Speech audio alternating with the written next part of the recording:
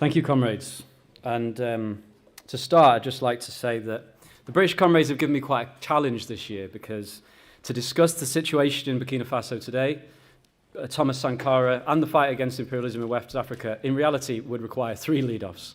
I'm going to do my best. I'm going to basically try and give you 3 lead-offs in once in the space of 45 minutes. But if I go slightly over, then I apologize in advance. But today, I think you'd all agree that Ibrahim Traoré, since he came to power in September 2022, has become something of an international icon. You can see him all over YouTube. I don't know if that's the algorithm and just what I look at, but there's channels doing interviews with him, doing sometimes AI-generated material, and sometimes genuine speeches of his all over the internet, not just YouTube, Facebook, Instagram. But also you can see his face painted on the back of buses in Kenya. Even one comrade in London told me that his colleague in a supermarket where he worked was looking at videos of Ibrahim Traoré on his phone and asking him, "What do you think of this guy?" So that he has become something of a global phenomenon. And the reason for that, the simple reason for that, is because he has used bold anti-imperialist language and applied anti-imperialist policies in his government, up to the point that in April 2025, he actually officially announced that his country was going through what he described as a progressive and popular revolution. And so this is something that we as Marxists, of course, need to take notice of. And I think a lot of people, workers around the world, like the example I just gave from London, are looking at what's happening and asking, what does this mean? What does this represent? What actually is happening in Burkina Faso and the Sahel region? And what is the way forward? What does this say about the way forward in the fight against imperialism in the region? And I just want to start with, if you read the Western so-called liberal press about Burkina Faso today, you'd be forgiven for thinking that the situation is just complete crisis at the hands of some crackpot dictator. I'll just give one example because I don't have a lot of time. In Africa, an article from 2024 in Africa Report, which is the English language version of Jeune Afrique, quite a prominent magazine, which aligns itself with French imperialism. The article is entitled Burkina Faso's Ibrahim Traoré, Saviour or Dictator, in which it says, he has no legitimacy other than that bestowed by weapons, and yet he demands deference. They use the term megalomania. They talk about a panic, a brutal character, prone to throwing tantrums, permanently on the brink of being overthrown, having been initiated into animism, the traditional religion present in the country. Animism and fetishism under the growing influence of someone called Adja the Healer, who claims to have mystical powers, according to one. They're always unnamed sources, often civil servants who've lost their jobs. But anyway, the point that the image that they're creating is somebody who is just as bad, if not worse, than many of the dictators that have blighted the history of Africa since independence, characters like Idi Amin. However, what does this reflect? Why are they saying this? Partly, it reflects their own fear that people will take Traoré as an example to follow, that other people in Africa will want to take similar positions to those which he's taken in relation to Western imperialism, in particular French imperialism. But it also reflects something else, which is a pretty desperate cover for the responsibility of the West, and in this case, French imperialism in particular, for the devastating crisis which is gripping the region and which actually led to the coming to power of Ibrahim Traoré in the first place. Now, I don't have time to go into an in-depth history of the crimes of Western imperialism in West Africa, but I think it's necessary by way of context to mention that on so-called independence, on formal independence, which was granted to most French African colonies in 1960, the region, which under French rule, West Africa was known as French West Africa, basically like an integrated colonial dominion. It was balkanized. The entire region was balkanized and split up into a patchwork of weak states with the incapacity to control their own borders, and often with border disputes stitched into the fabric of the region from the very beginning. Not only that, but all of these post-independence regimes were effectively forced to sign so-called cooperation agreements. It was presented as, you need us, we need you, therefore let's cooperate, we can develop our economies together. What those cooperation treaties entailed was, first of all, military cooperation, which meant that the French military was able to intervene, enter these countries, use them as military bases whenever and however it liked, basically giving it a free hand. Political cooperation, which meant that European so-called advisors would stuff the ministries of these African governments, often ordering ministers, elected or otherwise, about like their own personal valets. In fact, the number of French advisors in African governments increased by the 1970s. That's after independence. And perhaps most importantly of all, economic so-called cooperation, which first of all gave French companies preferential access to the various countries' natural resources, such as the uranium resources of Niger, and also gave them lots of exemptions from tax, and perhaps the most important economic instrument of exploitation imposed on these so-called independent states was the currency. The colonial currency, which was known as the CFA franc, and still is, that gives you an indication of what it is, was actually retained. They changed the name. It used to be called the French African Colonies franc. Now it's called the African Financial Community franc. It's the same initials, CFA franc. It's the same currency. Printed in France, based on a fixed exchange rate between the CFA franc, the African currency, and the French franc, now the euro, of course.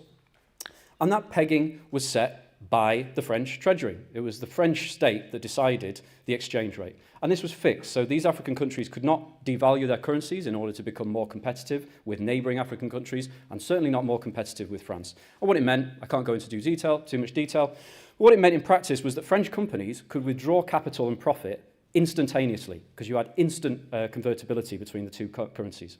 I should also mention that the currencies, up to half of the country's currency reserves, were to be held in France. So this state of, it was often referred to as neo-colonialism, but basically this state of colonial domination was retained in these countries. French companies could extract capital as easily as they like. At the same time, the exchange rate was pegged in such a way that French exports were more competitive than other foreign powers and certainly other African countries. So these countries were kept in a state of political and economic dependence, where on the one hand they're exporting raw materials and on the other hand they're importing more high-tech goods from France, which benefited the French capitalists in a number of different ways. But the glue that held all this together was a policy known as La France-Afrique, which effectively amounted to propping up various different dictatorships and otherwise undemocratic regimes in the region to play by the rules written by French imperialism. So a government, no matter how reactionary, no matter how repressive, as long as they maintain these cooperation agreements, they could rely in a kind of mafia-like support where if a popular movement or some coup emerges from within the regime, the French military and French imperialism would intervene to keep them in power. And they did this many times. There's a list as long as my arm of examples of French intervention in countries like this. Conversely, if a government refused to play ball and refused to play by the rules and wanted to break from this, they would be isolated, their economy would be broken by sanctions, withdrawal of aid, and even the military would intervene to carry out regime change. They did that as recently in the Ivory Coast as 2010, 2011. And so this policy, this system of exploitation and plunder worked pretty well for French imperialism for quite a long period of time. And in Burkina Faso, this takes well, it took many expressions, but maybe the most egregious is the regime of Blaise Compaoré, who ruled for almost 30 years. He is the man who assassinated Thomas Sankara, and I'm going to talk about that a little more in a while.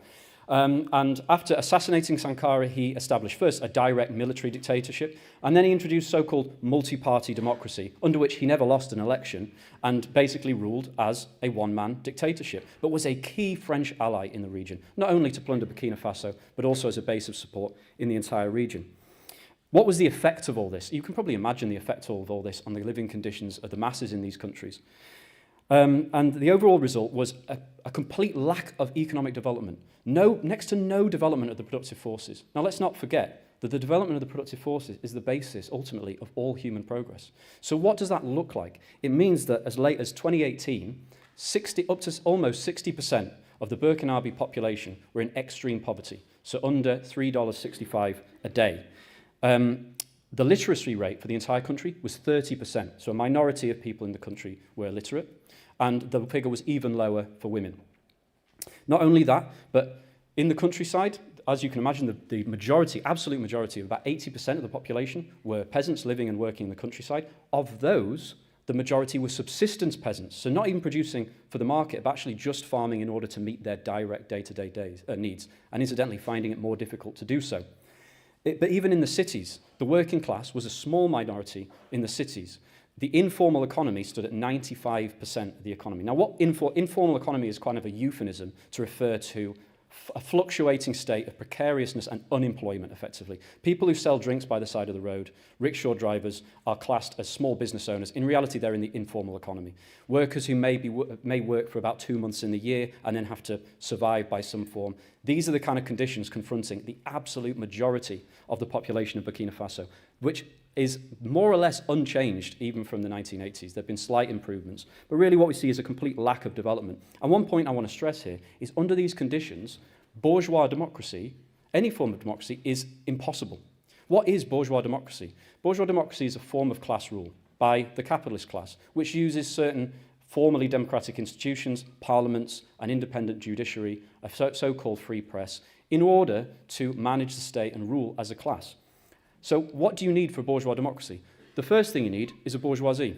And if the bourgeoisie in a country is absolutely tiny and in reality barely exists as a genuine class, the elite of the bourgeoisie in countries like Burkina Faso, Mali, are individuals who are appointed to the boards of foreign multinationals, essentially as the employees, the lackeys of foreign capital. Is that really a genuine indigenous bourgeoisie? Probably the most lucrative form of business. But let's not forget that if post-independence, you are a business owner, a Burkinabé business owner. Back then they were called Voltaics because the name of the country was Upper Volta, the colonial name. And you want to go into business. You don't have any capital because all of the capital has been accumulated and hoarded by French imperialism in this case.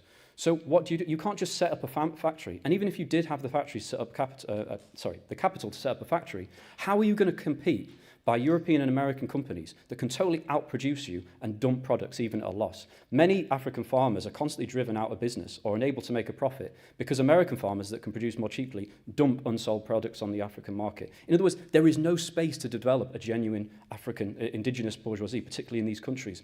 So how do you make a profit then? They still have to make a profit as a bourgeoisie. What you do is you plunder the state. And so a big section of the Burkinabé bourgeoisie is actually part of the ministries and the civil service. This is an example from Mali, not Burkina Faso, but one study showed that there were 4,000 civil service jobs where the person named on the payslip never turned up to work. It was a fake job. In reality, these people, through their connection to the state, were drawing a salary. And then once you make this money from state contracts, from civil service salaries that you haven't earned, then what do you do with it? Do you reinvest it in this hypothetical factory that I just mentioned, or a mine that you can't afford to set up? That does not make any sense. You reinvest it in securing your political position so you don't get overthrown and someone doesn't take your place. And so all these lamentations about, African culture and African politics is so corrupt, that corruption was deliberately sown into the foundations, into the fabric of African capitalism on independence. Why? Because that corruption ultimately leads back to the foreign multinationals and imperialist countries that have profited from it so long. But under these another ingredient that we see in the West, in so-called liberal democracy, is a strong working class with working class organizations that, trade unions and so on, that actually participate in the machinery of bourgeois democracy. Now this, on the one hand, that helps the bourgeoisie because it can constrain the movement within certain safe channels, but it also means that universal suffrage and the various institutions of bourgeois democracy do have a bit more of a meaning for the masses. But in a country where the majority of the population is illiterate and the workers are facing incredibly precarious conditions, how do you have functioning political parties? When basically you have rich individuals who will set up a party, who can buy votes, they get a seat in parliament, and then they join the ruling party so they can get a job in the government. Can you really have a functioning multi-party democracy in an ecosystem like that? And that was precisely the point.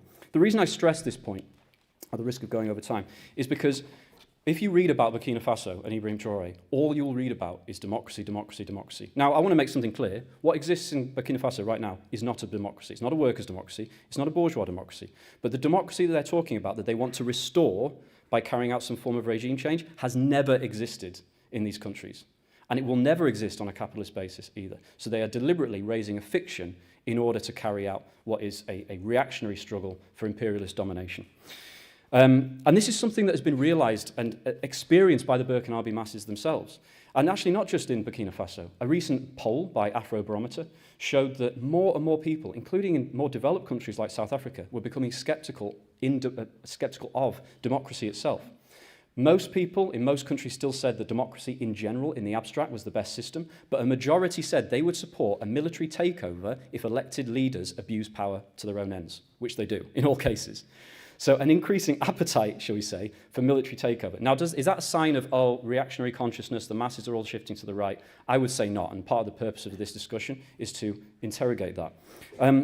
But in addition to this, this kind of experience of the Burkinabé masses, which I should mention, followed a revolution. There was Blaise Compaoré was not overthrown by the international community intervening in order to establish democracy. Blaise Compaoré was overthrown by a revolution of the workers, youth, trade unions in 2014. Huge, inspiring mass movement, which not only overthrew Compaoré after 27 years, there was a counter-revolutionary coup the next year by generals who were close to him, and that was thwarted and defeated by the revolutionary masses themselves.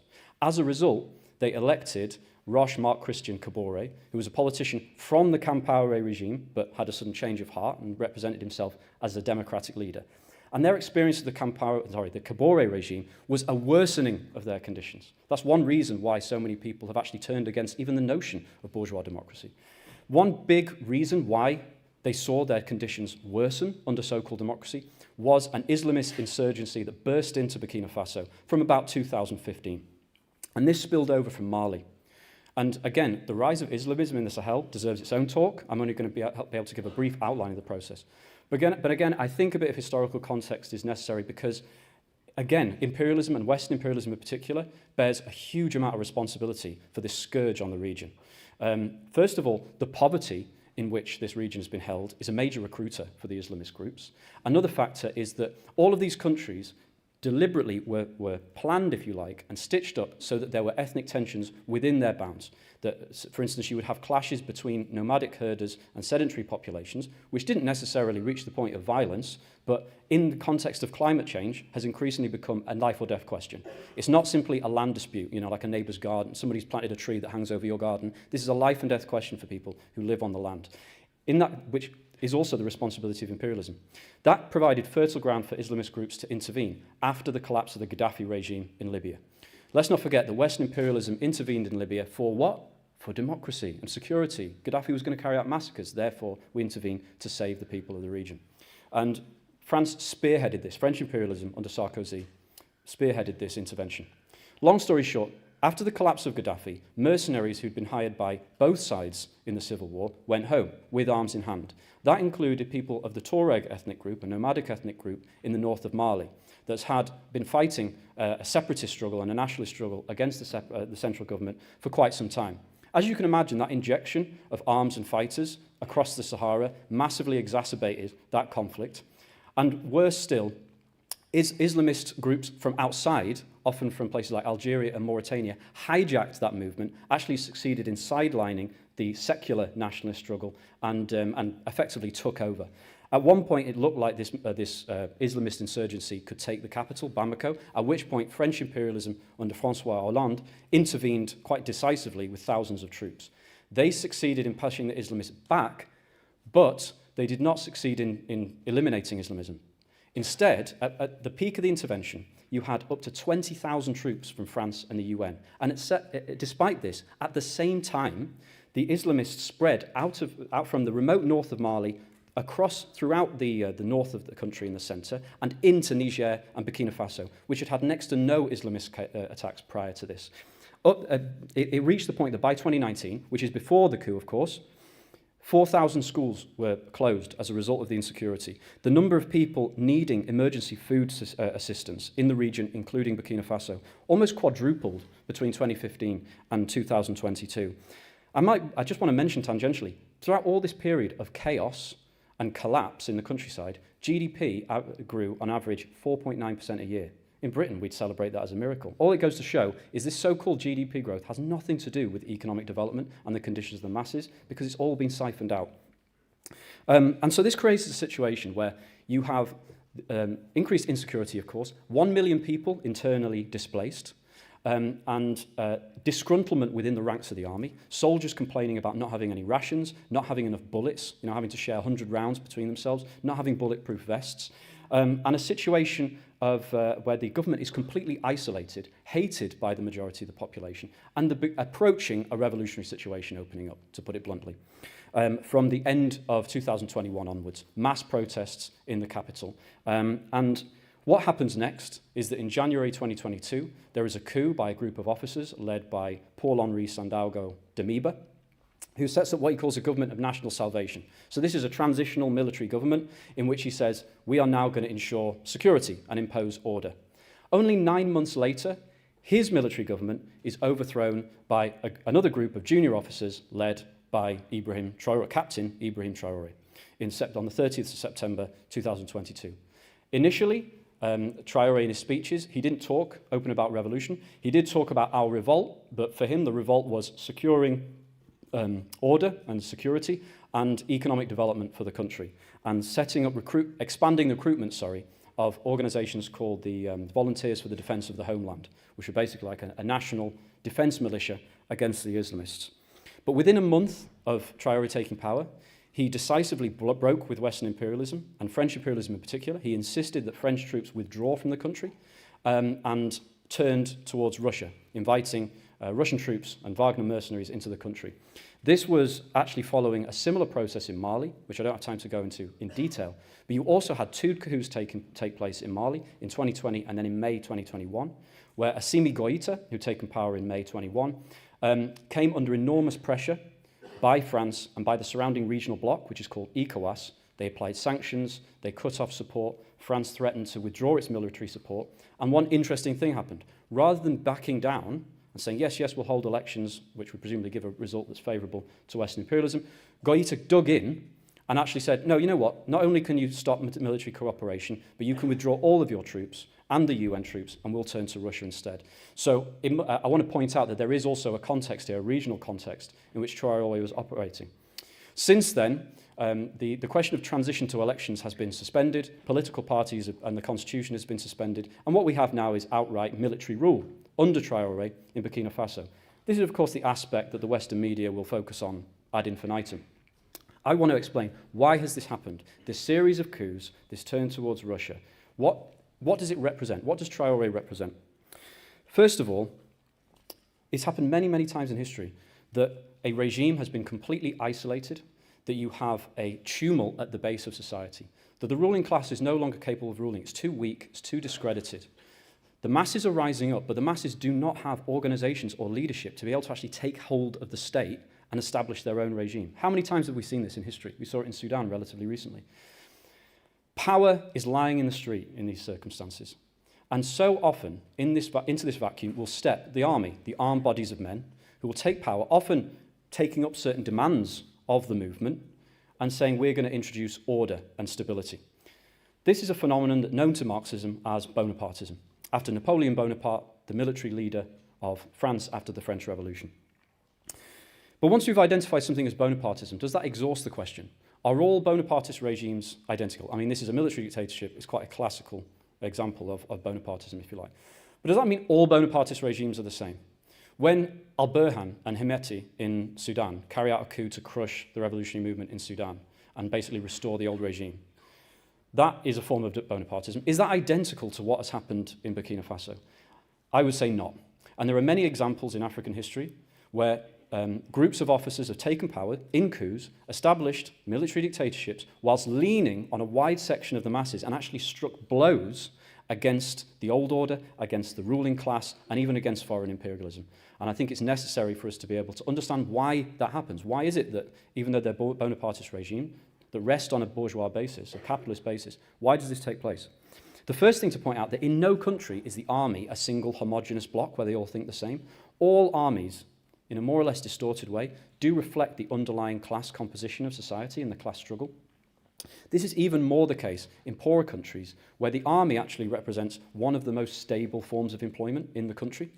So not only do you have a kind of class division within the army from the very beginning, where on the one hand you have the rank and file, which will be drawn from the working class and peasantry.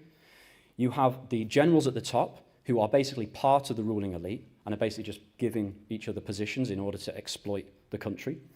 And then in the middle you have an officer caste, and of course you have various different gradations of officers. We have an officer caste that are closer to the conditions of the masses than the officers often are in a country like Britain. To give you an example, Ibrahim Traoré is an example of this. Ibrahim Traoré is from a relatively rural part of the country. He's the son of a nurse and a housewife, so a relatively working class background. Although that's still a more stable form of income, he was probably better off than the majority of Burkinabé citizens, but still not a member of the ruling class. He was able to secure a university education, which does put him in a minority. He studied at the University of Ouagadougou and studied geology. After that, what does he do? He joins the officer caste of the army. Many times you've seen this, that people have joined the officer caste either for a university level education or for career prospects. He's not part of the elite. He can't go abroad. He's not going to get appointed to some foreign mining company, assuming that's what he wants in the first place. He goes into the army. And in this, he sees this class differentiation. People speaking to the media have said that he ate, rank and file soldiers, he ate with us, he shared water with us, and he apparently expressed resentment at generals sitting in air-conditioned offices, sending troops to their deaths against the Islamists, this is in 2018, without ever really seeing the real conditions of the front. This is a phenomenon that we've seen many, many times in African history, because the problems are the same.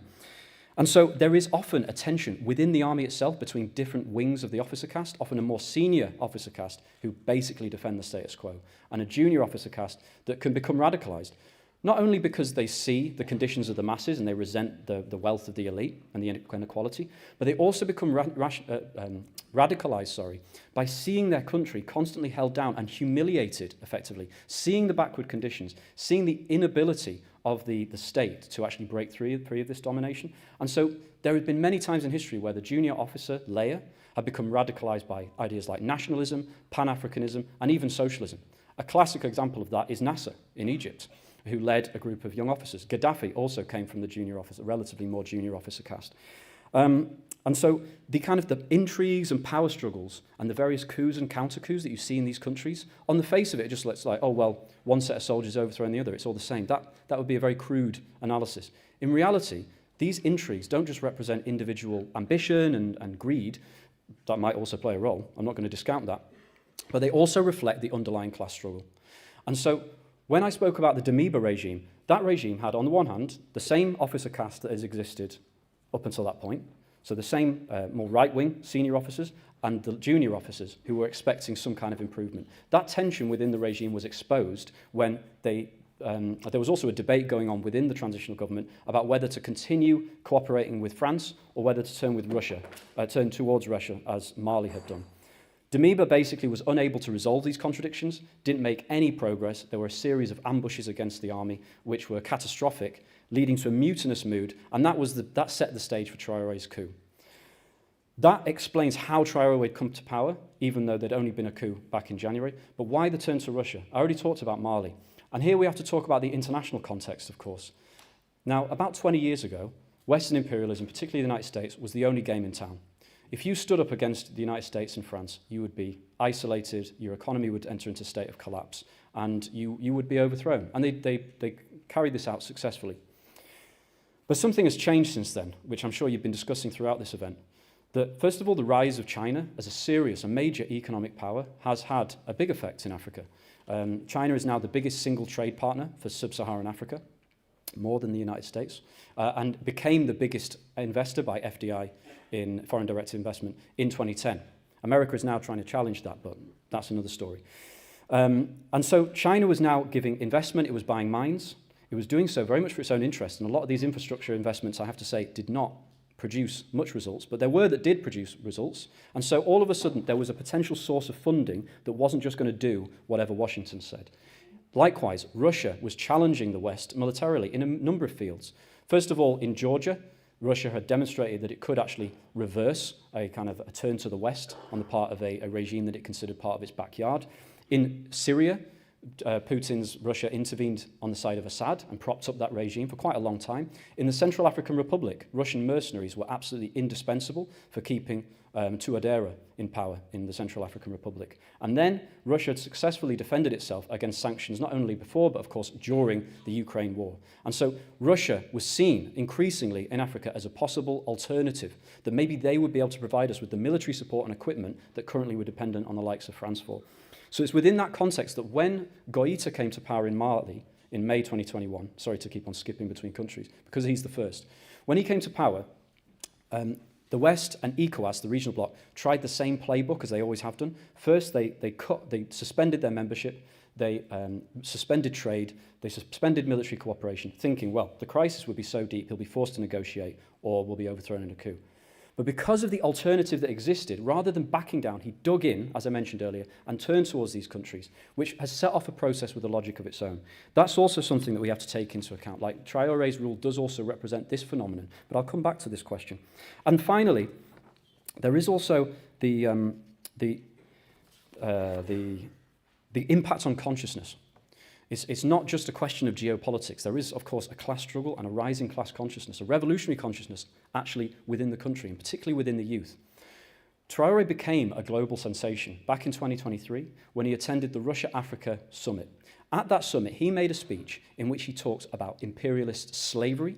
He talked about migration across the Mediterranean, saying the young Africans die in the ocean, but then he goes, soon they will no longer have to cross because they will come to our palaces to seek our daily bread.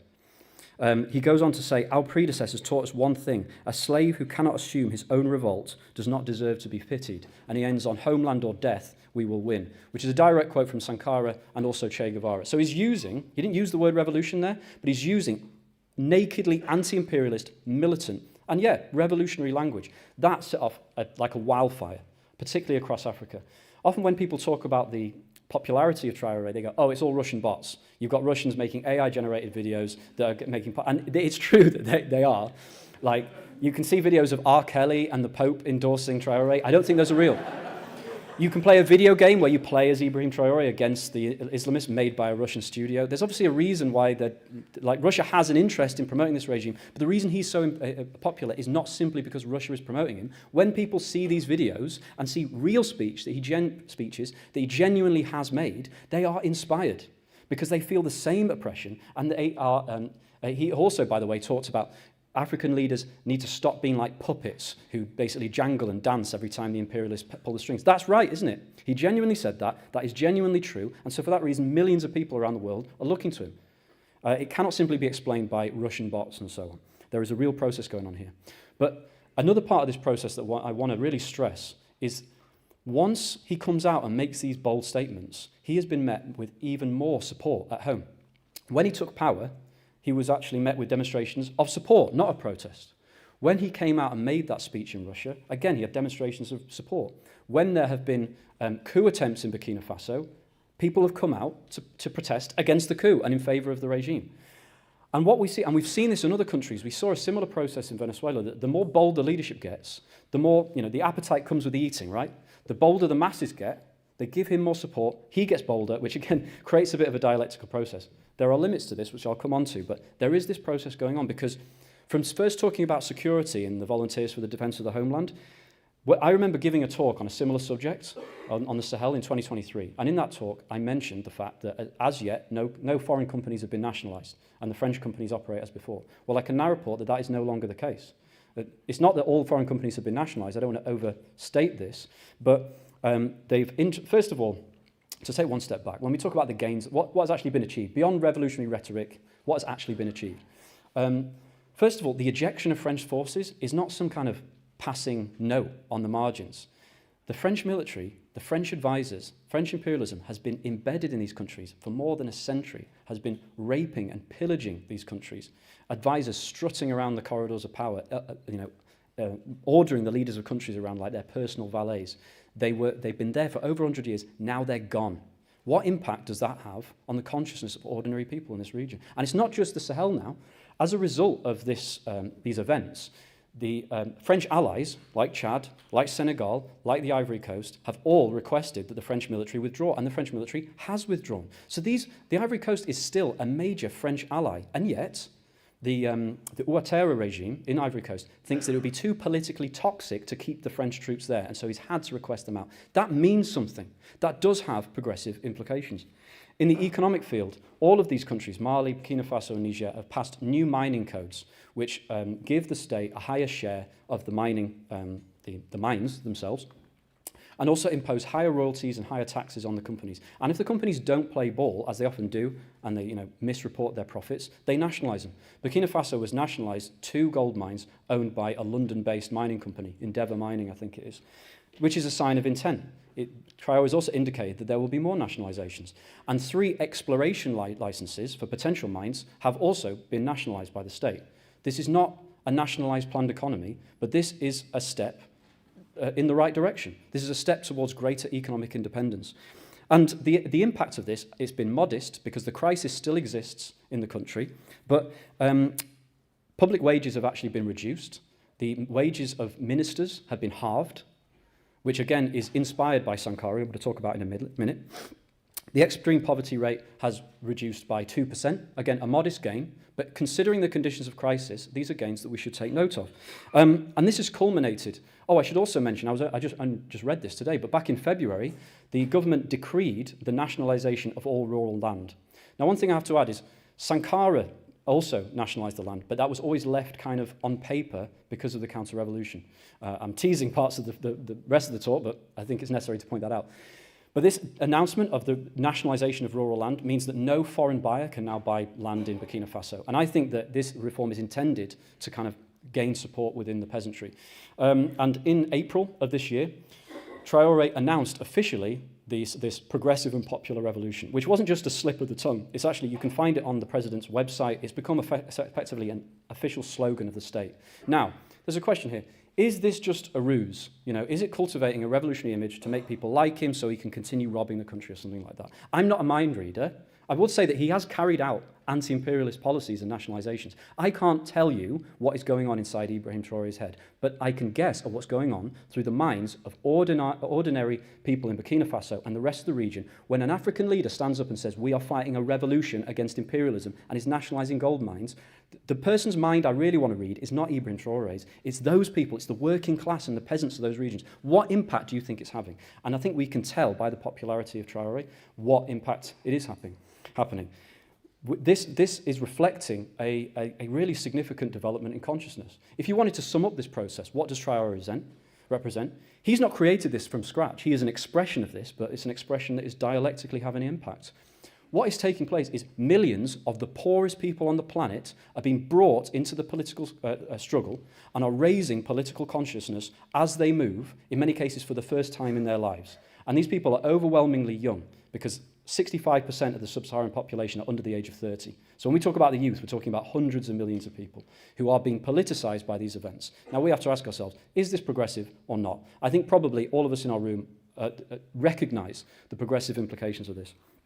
And a big part of Traoré's image is this reference to Sankara. He dresses like Sankara, the red beret and military fatigues. Sankara wore that, the gun on his hip. I don't know if you saw this, but he attended the inauguration of the Ghanaian president with a gun on his hip, and which is not usual. I don't think he wore a gun when he met Putin. I think that was maybe a step too far. But in Ghana, not only did the Ghanaian presidents not disarm, Ghanaian president's security, they did not disarm him, they went over and chatted to him, which again shows the impact that he's having in the region. But he dresses like Sankara. He quotes Sankara in every single speech. He names Sankara in many speeches. He set up a mausoleum for the memory of Sankara pretty much as soon as he came to power. Some of his policies are inspired by Sankara. So it's quite clear, you know, who he is taking as a model. And his supporters say he is the new Sankara. He is the political reincarnation of Sankara. Well, to understand how true that is and what that means, we obviously have to look at Sankara. Now, as I already said, Thomas Sankara and the Burkinabé Revolution demands its own talk. So unless you're going to allow me to talk for another hour, I'm going to have to be very, very broad brush. So somebody's nodding. Very broad brush about what I tell you about this. To keep it short, Thomas Sankara was an army captain, like Ibrahim Traoré. He took power in August 1983 at the age of 33. Traoré was 34 when he took power. And he took power at the head of a group of junior officers called the Revolutionary Military Organization. Thomas Sankara was a Marxist. He said that state and revolution was equal to the Bible and the Quran in terms of its world significance, but state and revolution was more revolutionary for the conditions today, which I agree with. And so he was explicitly a Marxist, and many in the Revolutionary Military Organization were either Marxists or they were inspired, you know, they were touched by Marxism. He took power in really a counter coup, to be honest, because he'd been arrested by the previous government. And some commandos from the Po military base, led by his friend and confidant Blaise Compaoré, who you've heard about already in very unfortunate terms, he took power not only at the head of a military coup, but also a popular uprising in the city of Ouagadougou, led by a number of communist parties, actually, and trade unions. He then announced in his political orientation speech, which I recommend anyone read. If you want to get an idea of what Thomas Sankara stood for and what he thought, read his political orientation speech, which contains a Marxist analysis of all of the classes that actually existed in Burkina Faso, or Upper Volta, as it was then known at the time. And he announced what he called a democratic and popular revolution. I'm going to briefly explain that. It was democratic in the Marxist sense that its tasks were the establishment of genuine national independence, the beginnings of genuine economic development, literacy, the expansion of education, healthcare. These are all demands that plausibly could be achieved on a capitalist basis, and what's more, would be necessary for unlocking further capitalist development. The term that Marxists often use is bourgeois democratic, that you might have heard. In fact, one leading figure in the revolution said, our revolution is like the French Revolution of 1789, a bourgeois revolution, right? But there's something interesting about this, that because the Burkinabé capitalist class was so weak and so parasitical, that in order to carry out these bourgeois democratic tasks, Sankara and the National Revolutionary Council expropriated the big bourgeoisie. They nationalized the land, took the land out of the traditional chiefs that had had property rights at that time. They abolished forced labor services owed by the peasants to the traditional chiefs, basically semi-feudal relations in the countryside. Inspired by Cuba, he introduced committees for the defense of the revolution in every neighborhood, village, and workplace. They even started introducing elements of workers' control. Now, there was no industry, so there was no workers' control of industry, but they introduced workers' control in public services, to the point where Sankara complained in a speech that he was saying, you're going too far. When the director of a department wants to paint his car, he has to call an assembly in order to decide what colour it's going to be. So this was not a workers' democracy. The military was in control. The majority of the government was always members of the military, but they were actually beginning the tasks of trying to construct a planned economy, a nationalised planned economy, in one of the most poor countries on the planet. One contradiction with this regime is that on the one hand, you've got communist parties in the government, and you've got the masses. By the way, he also abolished the poll tax, which had been oppressing the peasants from colonial times, which reduced the state budget. And he compensated for that by relentlessly cutting civil servants' salaries.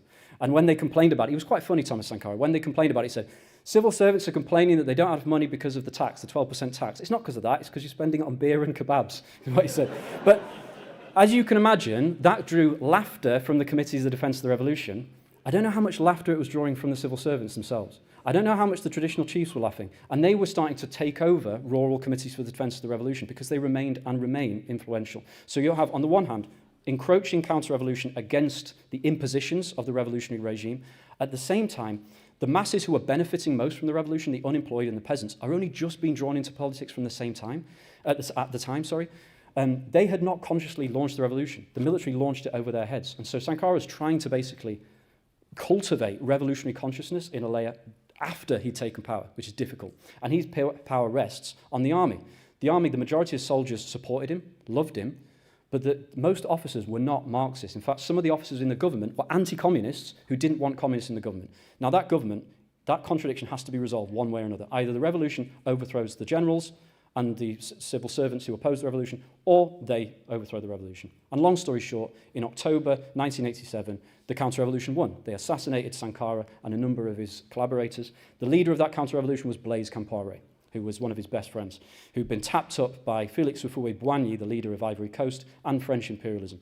But also, it represented a section of the so-called revolution, if you like, a Thermidorian part of the revolution, who wanted more privileges. They didn't like these constant impositions.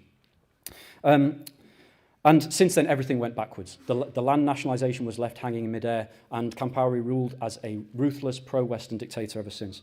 But to compare this with Traoré, what do we mean by Traoré being the new Sankara? What I would say is, if he is the new Sankara, he's the Sankara without the Marxism. And to explain he's never once talked about Marxism or Lenin. He's not talked about revolution in those terms. And the reason for this, you have to look at the international context. On the one hand, when Sankara took power, you had the existence of powerful, deformed worker states. In Africa in the 1970s, you had a wave of revolutions and revolutionary coups where officers either announced that they were Marxist-Leninists from the start, or they first put forward nationalist slogans and then converted their states into people's republics later on. In Benin, which shares a border with Burkina Faso, the leader Koreko did exactly that in the 1970s. You had the pull of the Soviet Union, the victory of the Cuban Revolution, the Chinese Revolution, the victory of Vietnam. There was a huge pole of attraction towards socialism and revolution in these colonially, or semi-colonially dominated countries. What does that exist today? Even when Sankara took power, that was actually starting to go backwards. The Soviet Union was in a crisis. I don't have time to go into that. It's one reason why he was so isolated. But today, does that exist? Does the Soviet Union exist? Obviously not. Instead, what model do nations trying to struggle against imperialism have? It's capitalist Russia and capitalist China. And that is reflected in Traoré's speeches and his outlook. When Traore says capitalism is savage, it doesn't mean that he's going to overthrow capitalism. What he means is you need a strong state, like the Chinese state, to control it and plan it for the benefit of the population. And so for this reason, taking into account the current international context, the reason why this is important to note is because I think any hope that regimes like Traoré's are going to accidentally or automatically pass over to the socialist revolution is misguided. Traoré may well be pushed further by the crisis and the support of the masses. We have to see how that develops. But that he is going to become the real incarnation of Sankara or whatever, and he's going to actually overthrow the bourgeoisie in Burkina Faso, I think is extremely unlikely because the international situation is very, very different. What this means is without the independent action of the working class, this kind of automatic passage of Bonapartist regimes on the direction of socialism is not going to happen. It means we have to build for it ourselves. And now I do want to touch about the current situation. So to clarify what I mean, what we're talking about when we talk about Traoré's regime in Burkina Faso, Goïta's regime in Mali, these are nationalist regimes. They are bourgeois Bonapartist regimes. They are not socialist regimes, they're not worker states. However, we have to say that, yes, we defend the democratic rights of the working class, and there are policies and there are things that these regimes are doing which we would consider wrong and reactionary, and we would defend the rights of the workers against this, but let's be serious. They are bourgeois Bonapartist regimes that are genuinely fighting against Western imperialism. It is the duty of all communists to support the struggle of any nation against imperialism. It doesn't mean, therefore, we all are calling people to join the Burkinabé military and give uncritical support to these kind of regimes. We have to point out the limitations. Real solidarity and friendship with the Burkinabé masses is not simply cheerleading anything their government does. That's not really... You wouldn't really trust a friend who just constantly told you, what you're doing is great, just keep doing it. We have to tell the truth. And the truth is that on a bourgeois basis, there are limits to what can be achieved. And I think we are approaching those limits in the same way that I'm approaching the limits. In fact, I've already gone beyond the limit allowed for time. But I'm going to very quickly sum up the current situation. The crisis inflicted by the Islamist insurgency has not gone away. In fact, it's got worse. And Western media loves to crow about, more people were killed by Islamists than before the coups, therefore, it's all the coups' fault and we need to go back to democracy. They set this crisis in motion. Once the Islamists are in and embedded, it's much more difficult to get them out and disarm them than to push them out. That's one thing that's always... I've never yet seen that in the Western press, that simple point. The truth is that despite increasing military budgets and recruiting volunteers and so on, these regimes have not succeeded in pushing back the Islamists. In fact, the Islamists have advanced. The reason for that is because it is impossible to defeat these groups on a military base alone, and it's impossible to defeat them on the basis of capitalism. They are now embedded in the world market themselves. Let me tell you First of all, they have exploited the weakness of the state. There were always parts of these countries that the state could never reach. So that means there was no administration, there was no justice, no healthcare. And when there were conflicts between different populations, the Islamists came in to give kind of like mafia-style protection, like I'll protect you if they attack you. And so once they become indispensable for the protection of a village, they just take it over. They start imposing tax, they impose Sharia law, and then from that base, they can obviously launch out other attacks. They steal cattle, thousands of head of cattle from farmers, and then they smuggle it out to countries like Ghana and the Ivory Coast, where cattle traders, are a significant part of the bourgeoisie. They mix up the cattle with their legitimate cattle and sell it on. So it's not just limited to Burkina Faso and these countries. They smuggle gold, small-scale gold mining. They obviously stand at the head of the mine with a gun. They take their piece and then sell it on to middlemen who then trade through countries like the Ivory Coast to sell the gold to places like the UAE and China. In other words, Islamism has made itself a part of the capitalist world market. This barbarism is not just barbarism or pure state collapse. It's a special capitalist barbarism that is now completely intertwined with the cold, hard logic of capitalism itself. So how can you get rid of that? And as I mentioned earlier, the biggest recruiter for these groups, the best asset that these groups have is the poverty of the masses. You have men, it's not the majority, but you have men in villages who voluntarily join the Islamist groups, perhaps not enthusiastically, but they join, not because they agree with their Wahhabi ideology, but because they give you... One guy was interviewed in The Economist. He said, if you join the group... Jinim is one of the groups, Jin-I-A-M.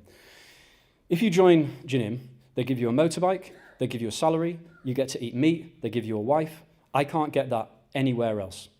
So as long as the conditions of the masses are so bad that joining an Islamist group is actually a genuine career path, however dangerous and reactionary it is, then you are going to struggle to beat these groups. What is necessary is the economic integration and planned development to give work, to increase the productivity of the land so the peasants can get more out of it, but also to provide work in the cities and in the countryside, real jobs in good conditions that can actually give the peasant masses something to fight for as well, to push back the Islamists, whilst also strengthening the state economically in order to be able to carry out this fight. That, as you can tell, is not possible within the confines of Burkina Faso or even the whole of the Alliance of the Sahel states, which is set up with Mali and Niger. The truth is that also the reactionary neighbouring states, like the Ivory Coast, the government of the Ivory Coast, are playing a role here. When these coups took place, ECOWAS, the regional bloc, threatened to invade Niger. Now, you're telling, but now the Mali regime is fighting for its life. I'll be blunt. Bamako, the capital, has been encircled by Janim, who are cutting off almost all fuel supplies. Right now, while I'm speaking, 1 or 2 convoys get through once in a while. If that maintains, so people are waiting days for fuel for their homes, businesses are shut, schools have been shut because teachers can't get to the schools. This is a breakdown in society they're imposing. The idea is that the pressure results in a coup against the Goïta regime, which then will negotiate with the Islamists, and I'm sure the imperialists are thinking they'll negotiate with us as well.